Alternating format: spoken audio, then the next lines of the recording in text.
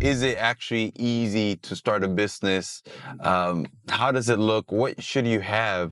What are some of the preparations you should even make? Hey everyone, so my name is Jorge, but y'all can call me Cokis. I wanted to do a car talk video before all the other videos that we're going to release, which I'm super excited about. There's going to be different characters and personalities, but I thought, you know what? Before the internet thinks I'm crazy, let me actually just be me and have a conversation with you all. So that way you can get to know me a little bit. And then based upon that, you see that my characters are going to be a little bit outlandish and all that. So, 28 years old, currently live in Georgia. Dad was Dominican, mom is Mexican. So I know. I see it too in the skin. Don't worry, right? So what is it to actually do? Well, actually a little bit of everything for currently in ministry, as well as run a couple businesses and really blessed to do so. So that is exciting. That is something I thoroughly enjoy. I definitely enjoy helping people, discover a path where they can feel financially free.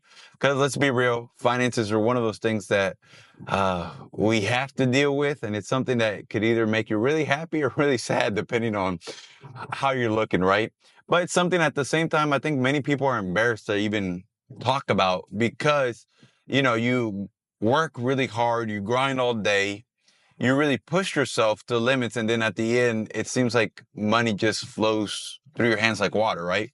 But really, I want to talk about the journey, what it takes, because even last night, I was talking to a young man that was really hyper about starting his own business. He's still in high school and this and that. And a myth that I always heard, is it actually easy to start a business?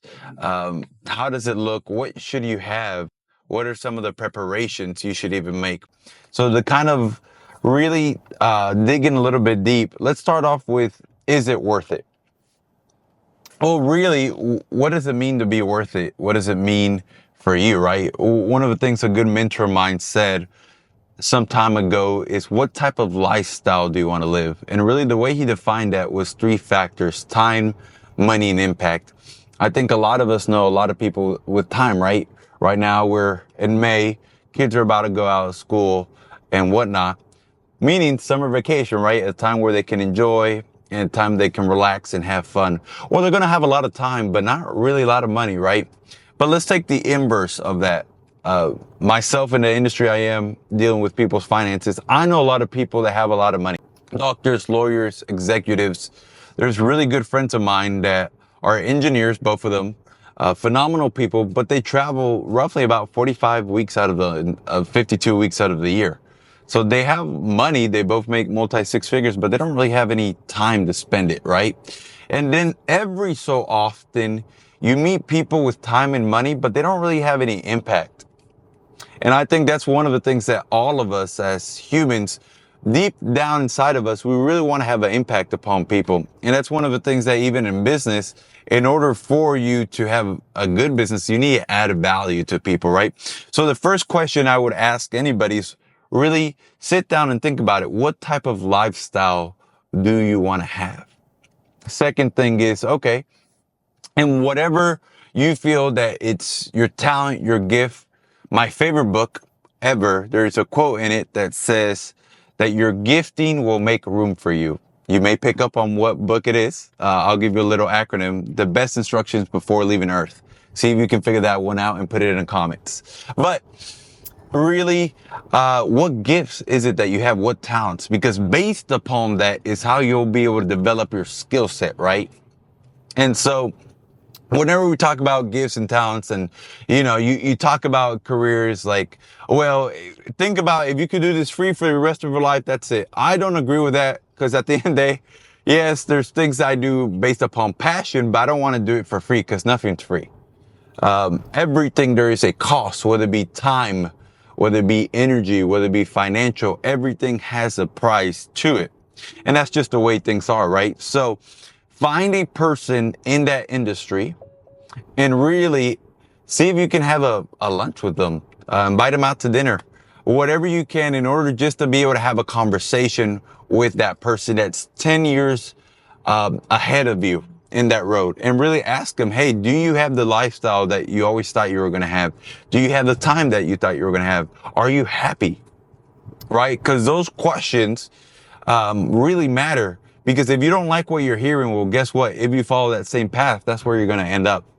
Because let's face it, we work 40, 50, 60 hours a week. And we spend most of our time with people, many times that we don't even like, more than our families, right? I think the whole aspiration of having a business is being able to get out of that rat race, or being able to have some type of control over your time and money. And I know my parents being immigrants, the whole reason why they came to America was for the American dream, having a better life, more opportunity, being able to have more security, a future. And so that would be my other thing. It's, what's your dream? I know now the concept of dream is, well, we always hear as kids is, you can be whatever you want, astronaut, president, firefighter. And then I don't know when it changes, but right around your teenage years is everyone starts telling you, well, you need to face reality. You need to grow up. And you're like, wait, didn't all my childhood you said I could be whatever I wanted to if I tried hard enough, I worked hard enough, and now I'm being told I need to face reality? And essentially what they're doing is, maybe it's someone that loves you and they're trying to protect you from, facing disappointment or facing failure.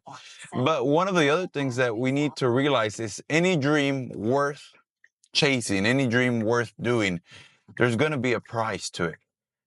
And so the question becomes is, do you want to pay a price for mediocrity, or do you want to pay a price for your dream?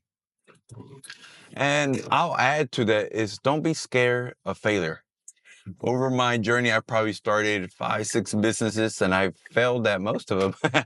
I've lost a lot of money, believe me, I've cried, but I also made a lot of money in that span of time, and have been able to find what I'm good at and really develop that. So here's the thing. Many people really think that you're in the middle, failure's on one side and success is on the other side. I think that's completely wrong.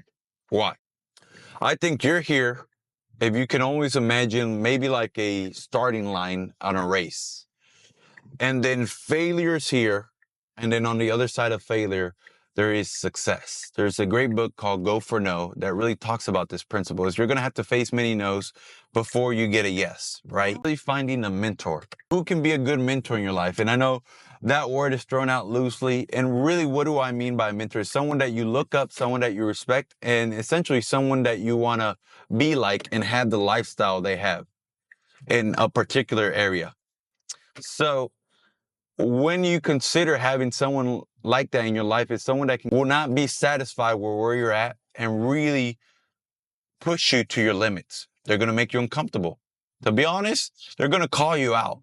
And I know we live in a day and time where being called out is very uncomfortable. We don't like it, whether it be a compliment or whether it's something we're doing bad. And I understand it, believe me. I'm not saying find someone that's going to yell at you or do someone, but someone that believes in you so much that's not willing to leave you where you're at. And so whenever we talk about someone like that, is because you're trying to really absorb their years of knowledge and wisdom. For example, if you wanted to play professional soccer and you had an opportunity to learn from Messi or Ronaldo, would you take it? Or if you had an opportunity to start a tech company, would you be willing to learn from Bill Gates or Mark Zuckerberg? Or if you wanted to be an investor, would you be willing to learn from Warren Buffett? Whatever you want to do, find a good mentor in that area that can really push you to your limits, that can really believe in you, that really makes you uncomfortable. Because everything you're going to do is going to make you uncomfortable, because you're not going to be good at it day one. For example, any new job you have, day one, did he know everything? No. You probably, excuse my language, you probably sucked at it. Day one, right? And it's probably something that frustrates you. But it's through those repetitions. It's through doing consistent action. Now, another thing that many of us face, including myself, is fear. Fear of what? Failure. Fear of being made fun of. Fear of letting yourself down or others down, which I understand. But I firmly believe that action cures fear. Why? because the more you do it and the more you believe and the more consistency you have and knowledge, you're going to improve at anything you do. So going back to having a dream is a dream. Your dream needs to be so big and so massive that it's going to make you emotional. And if you allow me to say this, your dream needs to be so big that without God's help, you won't be able to accomplish it. It's something that whenever you think about, it's going to get you up from bed on those tough days. You know, those days that you're tired is, hey, I have a dream and I'm willing to pursue it. Your dream needs to be something that moves you and something that's going to make you take action, because having a dream is phenomenal. But if you don't ever take action, it's just going to be a wish. And what's the difference between a wish and a dream? A wish is, I think, if you can imagine, almost like finding a genie in a bottle and, oh, that would be nice. I hope one day it happens, but you're not really pursuing it. You're not really putting a plan. You're not really taking action. A dream is something that you're organized and structured. And here's the other thing is, please organize yourself. Have a plan. That's why business plans are so important. Find this mentor or someone or even a coach that can really guide you on this, because that's really important. You need to know where you're going and how to get there. It's the same, you've probably heard this analogy many times, but it's like a GPS. If you don't type the address on the GPS, well, the GPS can't tell you how to get there, and it's going to tell you what roads to take, what's the best way, how to avoid traffic. On this journey, on this path called life, here's just some advice that I would give anybody. Is A, write down what you want. B is it worth it for you? C is get a mentor. And D is push yourself and every day fight for it. Every day go for it. Don't worry, there's going to be a lot of haters. There's going to be a lot of naysayers. There's going to be a lot of times that even you may not believe in yourself. But always know that there is people that believe in you. There's people that love you, people that care about you. Find those people that can be pillars in your life. And then from there, learn to cherish them. Also, learn to have fun in the journey, right? Because we've always heard this is the results isn't the path, but it's the journey and all this stuff. I think, both of those have really something important. You're probably going to have to cut out certain relationships in your life. And really, you may not have time while you're building to do all the things that you want to do, whether it's go places or hang out with people. Find people that's a good environment. You probably heard this, but we're an average of the top 5 people we hang around with. All this, take into consideration, know that it's worth it, in my opinion, depending on what you want, and go out there and pursue it. Especially when you're young, that you don't have as many responsibilities, is do it. Make it happen. Fail. And just see what it would be like to really have a season of unbroken focus where you dedicate everything and where you push yourself. So with that being said, once again, I'm Cokis. Let me know in a comment down below some of your dreams that you have, or really what's your biggest roadblock. And we'll talk to you soon.